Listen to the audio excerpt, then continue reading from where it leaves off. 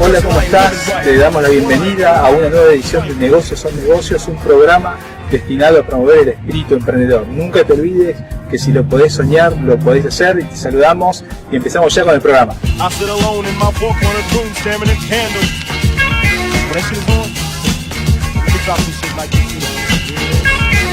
At night I can't sleep, I toss and turn. Candlesticks in the dark, visions of bodies being turned.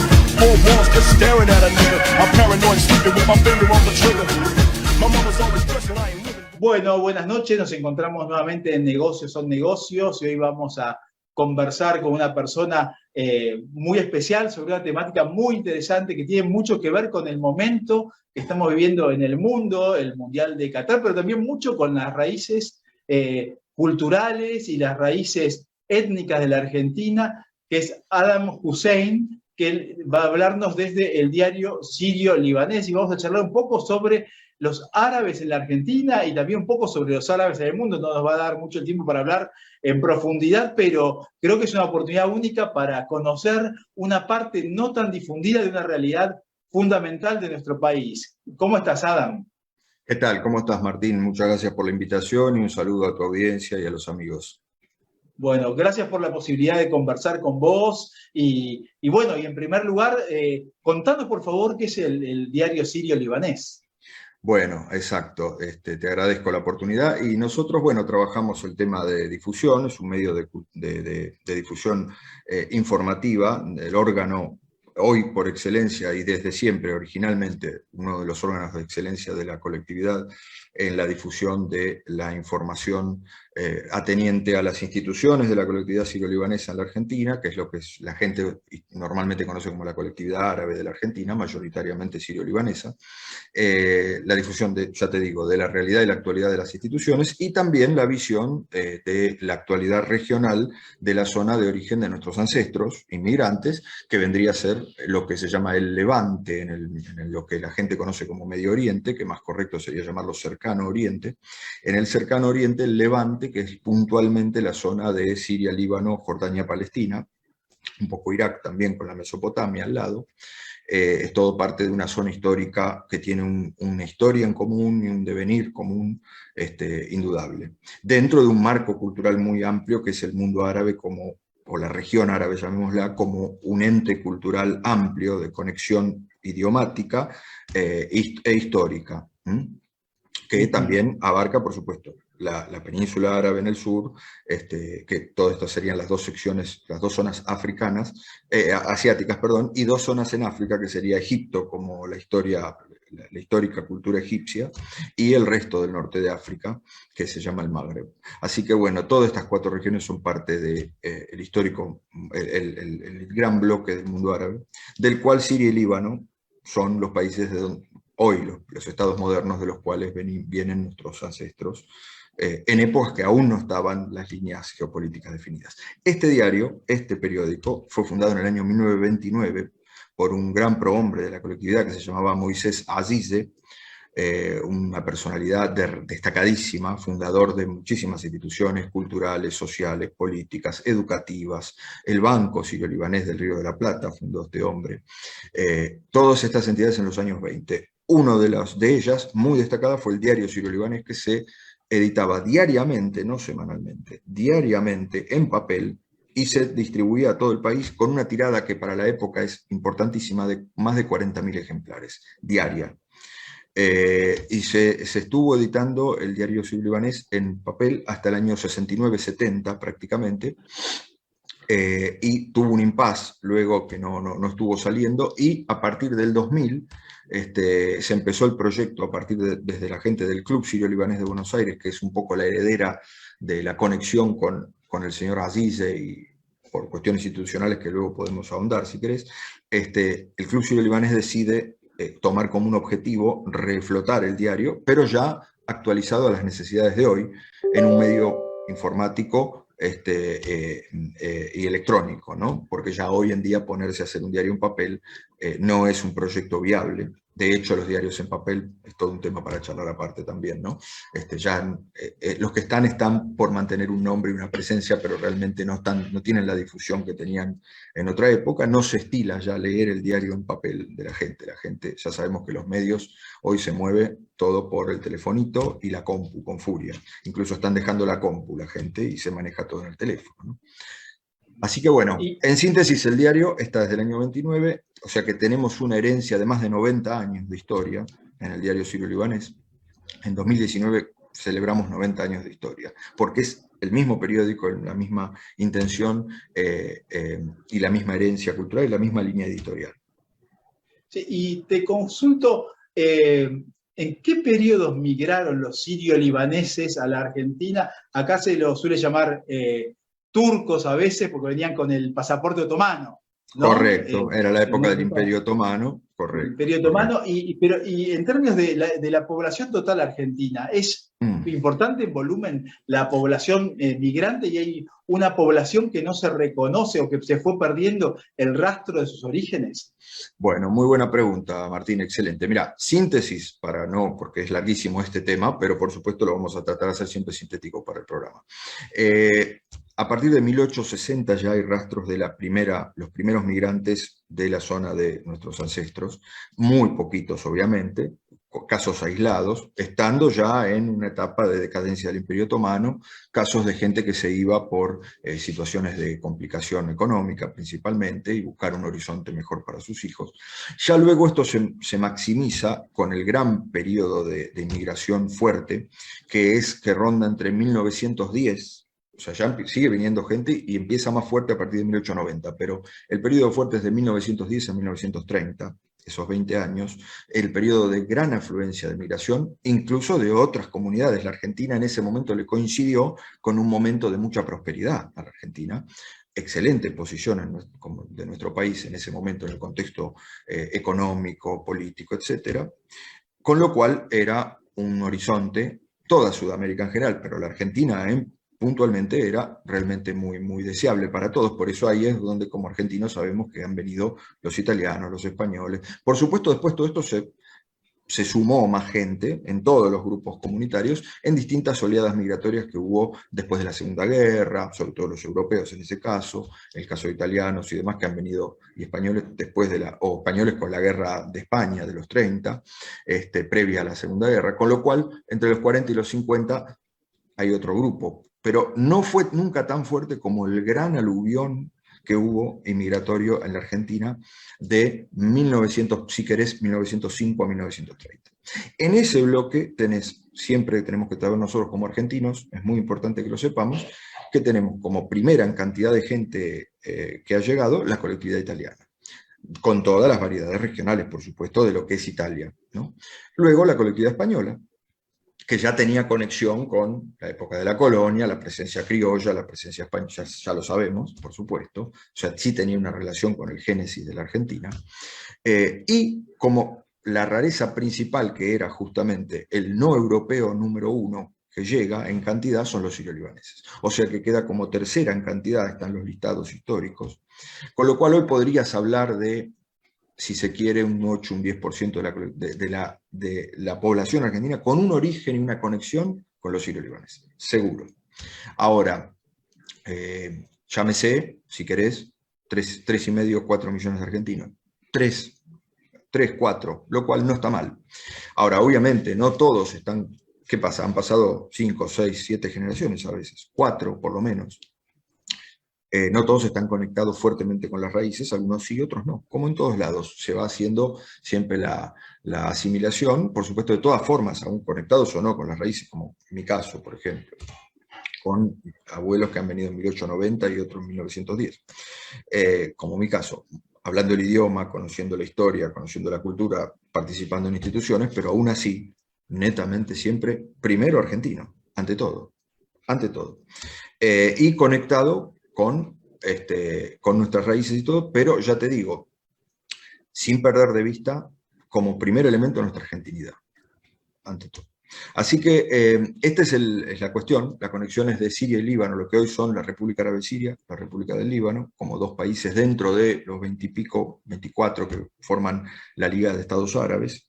Es como si fuera, lo decimos para el que no está en tema, como si fuera una liga latinoamericana de algún tipo. Entonces nosotros tenemos 30 países latinoamericanos y la Argentina, el Uruguay son uno de ellos. Bueno, esta conexión entre Siria y Líbano es como Argentina y Uruguay, de alguna manera, ¿no? Vos tener en la Argentina un club sirio-libanés es como en Suecia, en 1960, vamos a suponer, que había 4 argentinos y 2 uruguayos tomando mate y decidieron hacer el club rioplatense argentino-uruguayo, porque no iban a ser 4 el club argentino y 2 el uruguayo, porque era bastante ridículo.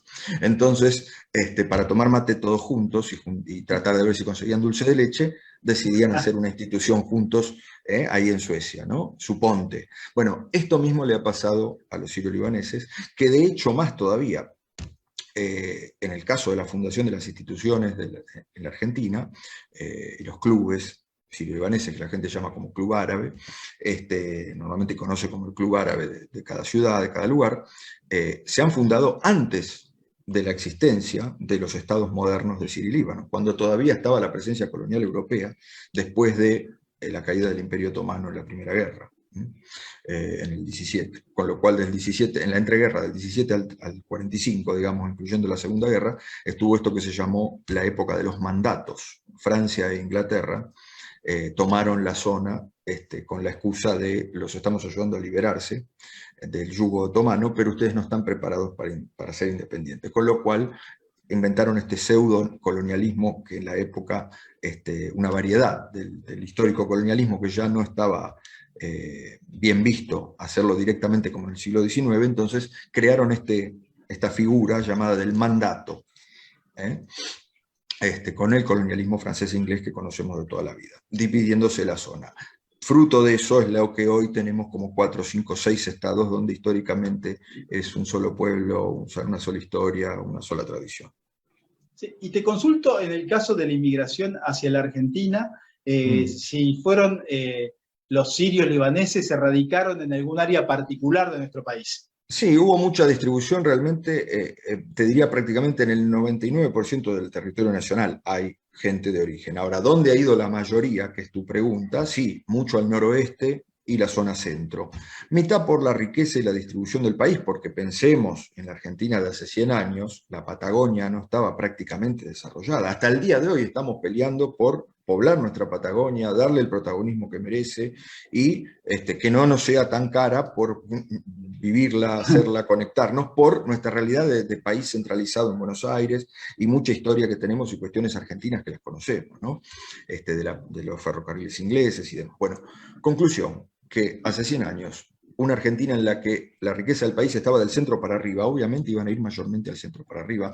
Además, el clima era mucho más cercano a lo que conocían, sobre todo en el noroeste, eso es otro de los elementos. No es el único, como algunos creen, porque también hubo gente que se fue hasta Ushuaia. Hoy en Ushuaia tenés un club árabe que se llama Camam, club árabe más austral del mundo. Entonces, por ejemplo, ¿te das cuenta? Y se llama así. Entonces, o sea, hay árabes en Ushuaia, sí, claro. Y hay en Neuquén, sí hay. Hay en Zapala, sí. O sea, en Río Negro, en Santa Cruz, hay.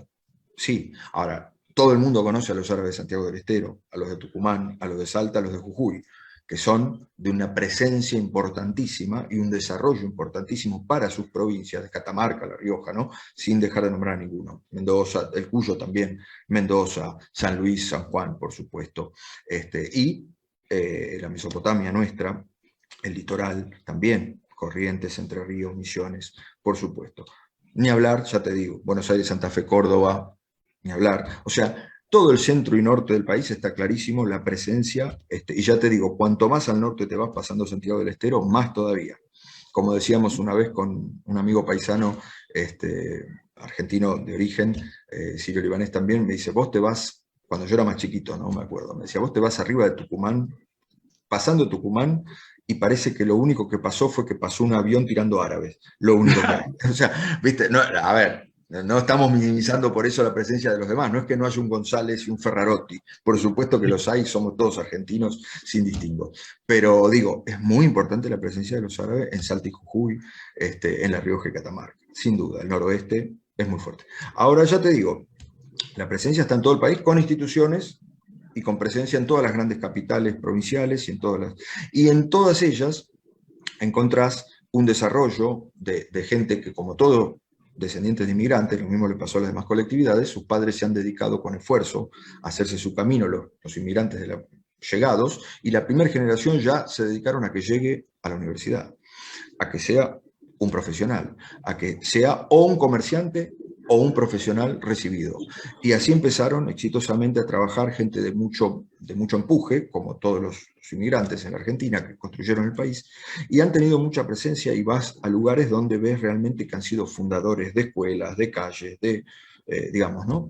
Han llegado, ya sabemos, luego a gobierno, gobernadores, diputados, políticos, destacados médicos, profesionales en todas las áreas. Bueno, han aportado mucho y han sido siempre muy trabajadores. Gracias a Dios que esa es la herencia que tenemos, principalmente los valores de patriotismo, trabajo, compromiso, seriedad, responsabilidad. Eso es lo que hemos heredado nosotros. Y es lo que aportamos a la Argentina, justamente, como argentinos de origen, como todos, pero sabiendo de dónde venimos, que hay una historia que es milenaria. Y eso tiene un aporte y tiene un valor que lo tenemos presente todos los días. Tal cual, ¿no? Mientras vos hablabas me venía a la mente, hace unos años fui a una exposición italiana que se llamaba el Museo de la Memoria, que me pareció muy interesante porque mostraban todos símbolos, valijas, ropa de viajes, de inmigración. Creo que en este momento estamos comenzando a tener la posibilidad de volver a ver la historia, ¿no? Cercana de la Argentina, cómo se constituyó. Se escribió en su momento una historia muy rápido, hoy tenemos más tiempo, más tecnología, más herramientas para no digo reconstruir, sino enriquecer tal vez esta historia, ¿no? Que se escribió como se puede en un momento con otra tecnología, sin internet, sin computadoras, etcétera, ¿no? Sin y duda, poder explotar este tesoro de la memoria de las distintas inmigraciones. Por supuesto, por supuesto. Vos fíjate que ese es el leitmotiv de organizaciones como la Federación Argentina de Colectividades, que existe, en la cual están todos, que la colectividad nuestra ha sido fundadora junto con los italianos, los españoles, los alemanes y demás. Y tenés la Federación de Colectividades. ¿Qué quiere decir esto? Que somos un país, como la Argentina ha sido siempre un país de puertas abiertas, y está en formación nuestra sociedad, nuestra propia argentinidad día a día está en desarrollo, y nosotros estamos aportándole a ella, siempre, con nuestros valores nacionales, nuestra historia y demás. Pero yendo a la historia, como vos decís, por supuesto, es muy interesante encontrar este aporte y saber que esto es qué es lo que cada colectividad ha traído y le ha aportado a la Argentina y cómo lo siguen haciendo, para que también aquellos que tienen ese origen, el que fuere, encuentren esos valores y sepan cómo están conectados con su herencia, ¿no?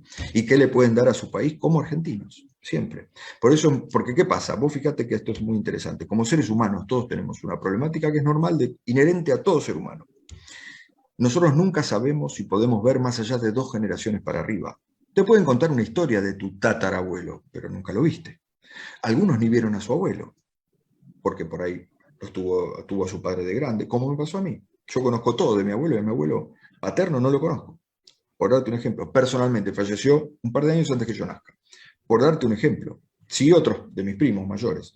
Pero te quiero decir, el ser humano tiene un límite por su vida y ve solamente el contexto de lo que tiene, y el que tiene hijos trata de extender siempre ese horizonte a ver qué va a pasar, pero por mi hijo, no por uno. Va a pensar en su hijo, y como vos como padre, estás pensando de acá 20 años, 30, ¿qué va a pasar por mis hijos, no por vos?